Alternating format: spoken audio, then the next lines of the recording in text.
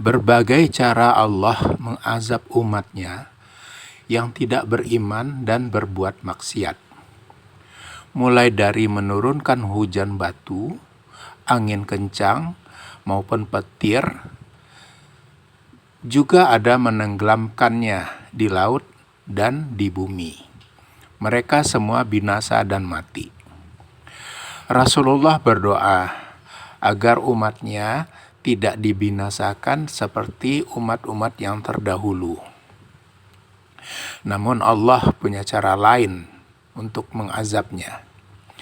Seperti apakah azab untuk umat Nabi Muhammad tersebut? Berikut adalah suara kajian Ustadz Ami Nurbaits terkait hal itu. Linknya ada di deskripsi. Terima kasih. Allah mampu untuk menjadikan kalian tuh pecah berkeping-keping. Wa yudhiku ba'dakum ba'sa ba'din. Kemudian kalian saling mendolimi antara satu dengan yang lain, sehingga antara satu kelompok dengan kelompok yang lain saling sikut-sikutan, saling mendolimi, saling pukul, saling berusaha bagaimana untuk menang dirinya sendiri, sehingga orang jadi korban disebabkan karena kedoliman yang lainnya. Qala Rasulullah sallallahu alaihi wasallam, kata sahabat Jabir, Nabi sallallahu alaihi wasallam kemudian mengucapkan, hadza ahwanu au hadza aisar, ini lebih ringan. Dan demikianlah realita yang kita jumpai jamaah. Umat Muhammad sallallahu alaihi wasallam tidak dibinasakan oleh Allah dengan kemaksiatan dan kejahatan yang mereka lakukan, dengan Allah turunkan azab dari atas. Allah juga tidak membinasakan mereka dengan Allah tenggelamkan mereka. Tapi kita bisa lihat bagaimana realita di lapangan. Antara satu dengan yang lain mereka saling berperang, antara satu dengan yang lain mereka saling tegang, antara satu dengan yang lain mereka saling mendolimi.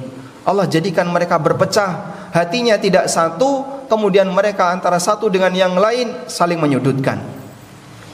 Dan bisa jadi suasana semacam ini bisa kita saksikan di negara kita yang tercinta.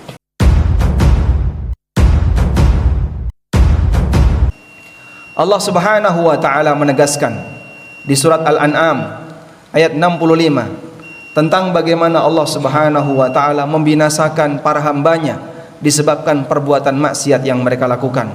Allah taala berfirman, "Qul huwal qadiru ala ay yab'atsa 'alaikum 'adzaban min fawqikum aw min tahti arjulikum aw yalbisakum syi'a wa yudhiqa ba'dakum ba'sa ba'd.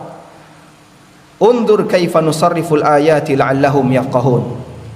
Katakanlah wahai Muhammad, huwal qahir, huwal qadir, dialah zat yang mampu, dialah zat yang memiliki kuasa, ala ayyab'atsa 'alaikum 'adzaban min fawqikum, untuk memberikan azab dari arah atas kalian, au min tahti arjulikum, atau azab dari arah bawah kalian, au yalbisakum syia'an, atau menjadikan kalian menjadi berpecah, menjadi banyak kelompok yang kecil-kecil, wa yudhiqa ba'dakum ba'sa ba'din, sehingga sebagian merasakan kezaliman sebagian yang lain. Undur kaifa nusarriful ayat, perhatikanlah bagaimana kami jelaskan ayat-ayat ini la'allahum yafqahun, agar mereka memahami. Disebutkan dalam riwayat yang sahih dari sahabat Jabir bin Abdullah radhiyallahu anhu, beliau menceritakan, lamma nazalat hadhil ayah, ketika turun ayat ini Rasulullah sallallahu alaihi wasallam berdoa kepada Allah.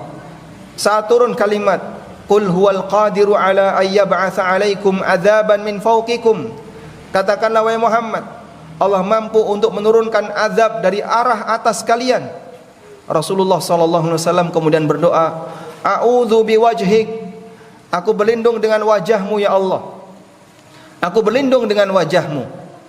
Beliau berlindung kepada Allah jangan sampai itu terjadi. Sebagaimana ada umat masa silam yang dihujani dengan batu, seperti yang dialami oleh kaum Nabi Lut. Ada umat masa silam yang dikirim angin kencang, ada umat masa silam yang dikirim azab dengan petir yang sangat keras, sehingga membuat semua orang mati. Maka Nabi SAW berdoa kepada Allah, a'udzu biwajhik, aku berlindung kepadamu ya Allah, jangan sampai ini terjadi pada umatku. Kemudian dilanjutkan ayat, au min tahti arjulikum. Allah mampu untuk mendatangkan azab dari arah bawah kalian. Nabi SAW spontan berdoa, a'udzu biwajhik. Aku berlindung kepada wajahmu ya Allah, jangan sampai itu terjadi di tengah umatku.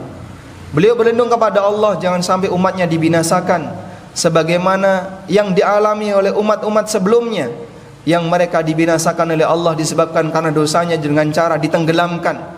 Ada yang ditenggelamkan di laut, ada yang ditenggelamkan di bumi, dan aneka penenggelaman yang lainnya yang merupakan azab yang datang dari arah bawah.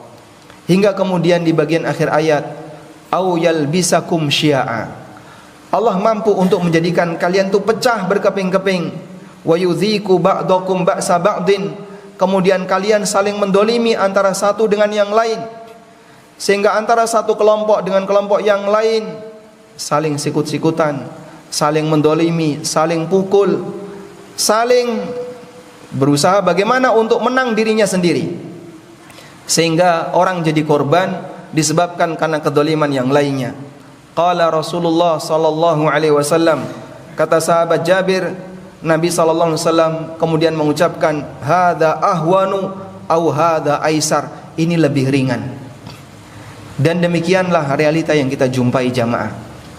Umat Muhammad sallallahu alaihi wasallam tidak dibinasakan oleh Allah dengan kemaksiatan dan kejahatan yang mereka lakukan, dengan Allah turunkan azab dari atas.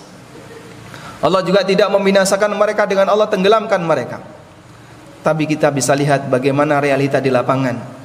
Antara satu dengan yang lain mereka saling berperang, antara satu dengan yang lain mereka saling tegang, antara satu dengan yang lain mereka saling mendolimi.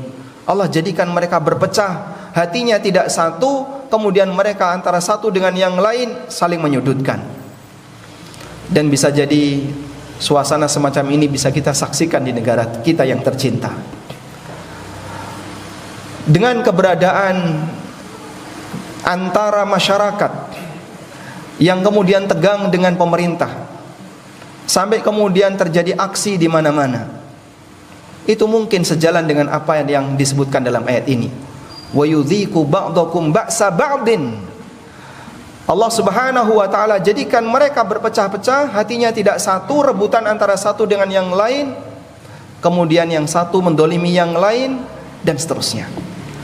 Demikianlah kenyataan yang bisa kita saksikan jamaah. Dan Nabi SAW menyebutkan dalam sebuah hadis yang diriwayatkan oleh Ibnu Majah dari sahabat Abdullah bin Umar radhiyallahu anhuma, beliau menceritakan, aqbala alaina Rasulullah sallallahu alaihi wasallam faqala.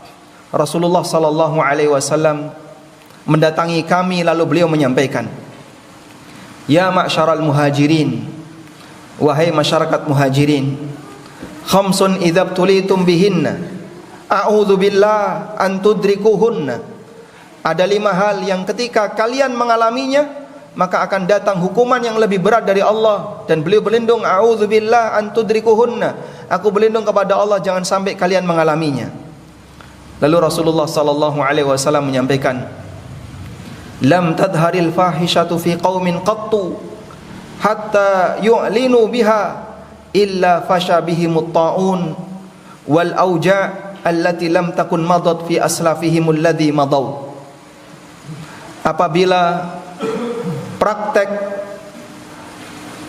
perzinaan, apabila praktek al-fahishah, praktek perzinaan dan prostitusi tersebar di mana-mana, bahkan dilayani, maka Allah Subhanahu wa taala akan turunkan wabah penyakit yang menimpa mereka.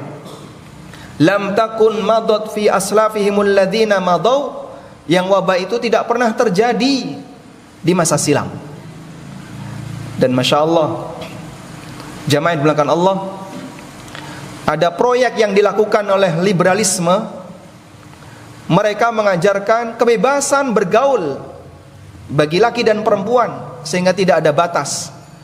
Norma yang dulu kita jaga, lelaki ada tempatnya, perempuan ada tempatnya, mereka main sesuai dengan kelompoknya, laki-laki sendiri, perempuan sendiri. Bagaimana caranya itu bisa dihilangkan? Sehingga orang-orang yang berpemahaman liberal ini mengajarkan kebebasan bergaul antara laki dan perempuan, dan hilang rasa untuk menjaga kehormatan masing-masing. Akhirnya zina terjadi di mana-mana. Waliyadzubillah, korbannya siapa? Masyarakat sendiri. Bagaimana bentuk korbannya? Banyak keluarga rusak gara-gara selingkuh. Bahkan tempat kerja menjadi salah satu penyebab terjadinya perselingkuhan, karena mereka tidak bisa menjaga yang namanya norma hubungan, bagaimana menjaga kehormatan antara laki dan perempuan. Dalam agama kita banyak diajarkan tentang itu, tapi itu dianggap sebagai ajaran yang kuno, tidak mengajarkan kebebasan, bertentangan dengan prinsip modernisme dan seterusnya. Maka benarlah apa yang disabdakan Nabi sallallahu alaihi wasallam ketika praktek zina itu bermunculan di mana-mana, bahkan dilakukan dengan terang-terangan. Akibatnya banyak keluarga rusak disebabkan karena selingkuh. Di samping itu juga aneka penyakit bermunculan. Dunia medis semakin canggih, tapi penyakit lebih canggih daripada dunia medis. Kemudian yang kedua, walam yanqusul mikyala wal mizan illa ukhidhu bis sinin wa shiddatil maunah wa jawri sultan alaihim. Ketika masyarakat mengurangi timbangan saat berdagang, maka mereka akan ditimpa paceklik dan sulitnya untuk mencari sumber kehidupan dan kezaliman dari pemimpin yang mereka miliki. Dan mungkin itu bisa kita jumpai. Korupsi itu merajalela dari ujung sampai ujung. Yang namanya pegawai korupsi waktu bisa kita lihat. Demikian pula dalam praktek perdagangan, yang namanya penipuan banyak sekali terjadi. Waliyadzubillah, semoga ini tidak keterusan jamaah. Yang ketiga, walam yamna'u zakata amwalihim illa muni'ul qatra minas sama' walaulal bahaim lam yumtaru. Kalau mereka menahan zakat dan tidak mau bayar zakat, maka Allah Ta'ala akan tahan hujan. Andaikan bukan karena binatang, maka mereka tidak akan diberi hujan. Dan realitanya banyak tempat yang terkadang kesusahan untuk mendapatkan air. Mungkin orang itu dermawan, tapi dia tidak tahu tentang bagaimana cara bayar zakat yang benar, sehingga mereka tidak menunaikan kewajiban rukun Islam berupa bayar zakat, karena mereka tidak ngerti bagaimana fikih zakat. Jamaah yang dimuliakan Allah, ada pelanggaran dan ada hukuman. Sebagai hamba yang beriman, kita yakin bahwasanya bisa jadi ancaman ini diwujudkan oleh Allah sesuai dengan apa yang Dia kehendaki. Maka mari kita bersama-sama untuk takut kepada Allah. Kita selamatkan negeri ini dari aneka ujian yang menimpa masyarakat, sebagaimana yang tadi disebutkan oleh Nabi SAW.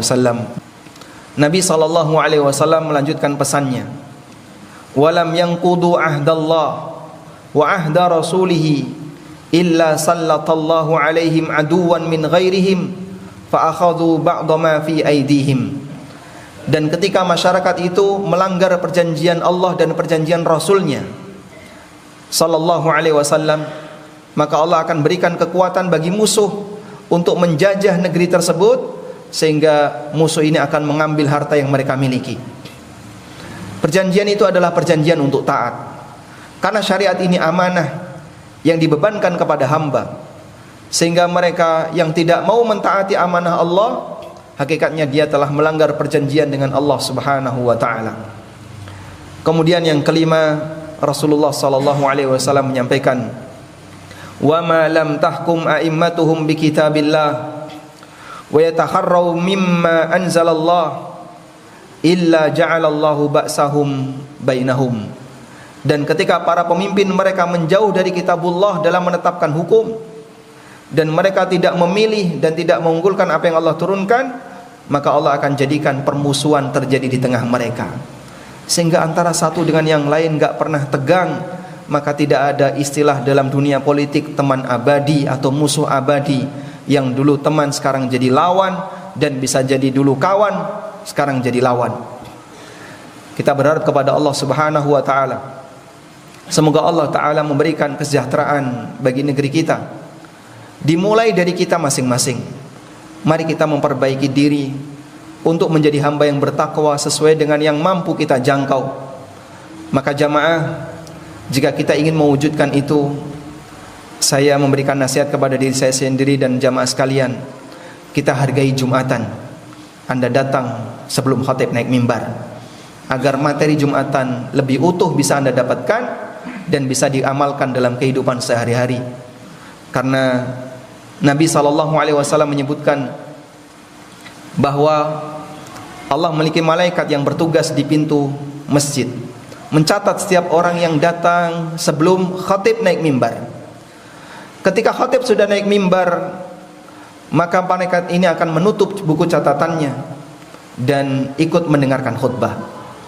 Maka kalau Anda ingin nama Anda termaktub di situ, datanglah sebelum khatib naik mimbar. Semoga ini upaya awal yang bisa kita lakukan untuk memperbaiki diri kita di hadapan Allah Subhanahu wa taala.